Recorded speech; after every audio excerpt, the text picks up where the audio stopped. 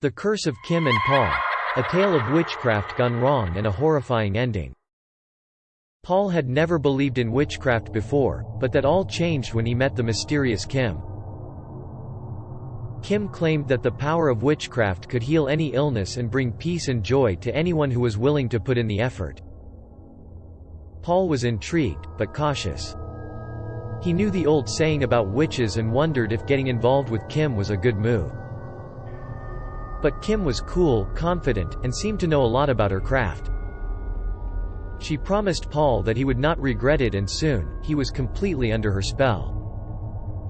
Kim began teaching Paul the basics of witchcraft, and he was surprised to find that it was not nearly as mysterious as he had once thought. He followed Kim's directions, and soon his spells were having real effects on the world around him.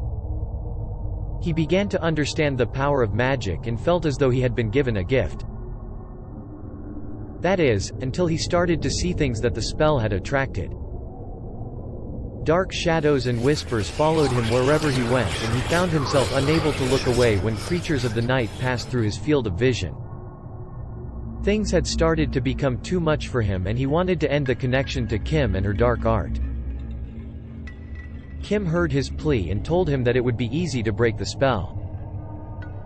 All he had to do was to give her a lock of his hair as a token of his commitment to her.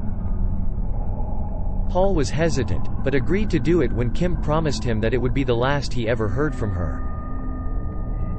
Paul handed over the lock of his hair, but little did he know that this would be the biggest mistake of his life. As soon as he handed over the hair, Kim had established a powerful binding between them. He noticed that everything around him had become darker and more intense. He was drawn by a force that he could not understand or control.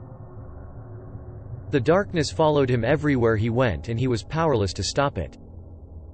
Soon, he was seeing things that weren't there, dark creatures lurking in the shadows and voices whispering in his ear. He could feel the power of the binding getting stronger, and he felt as if he was slowly becoming Kim's puppet.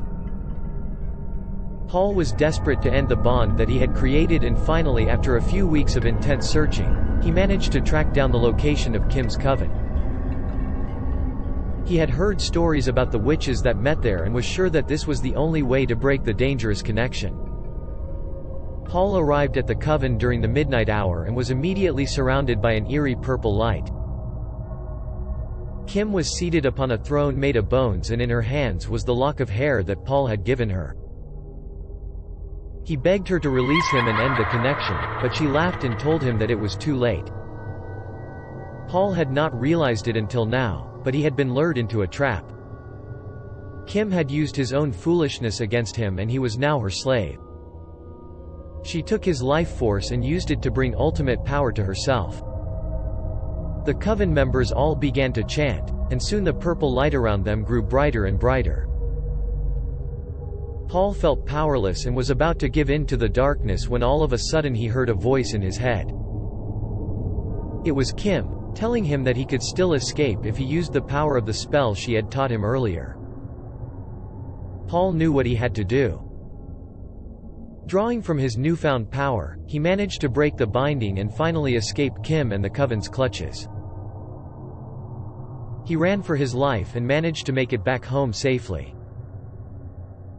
Paul has been living in fear ever since, rarely leaving his home and always looking over his shoulder. He knows that Kim is still out there, waiting for the day that she can possess him again and use him to further her dark desires. Paul has never been the same since his encounter with Kim and her dark world of witchcraft.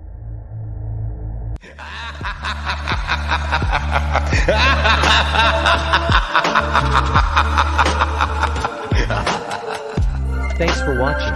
If you enjoyed the video, leave a like and tell us what you think in the comments. And of course, don't forget to subscribe.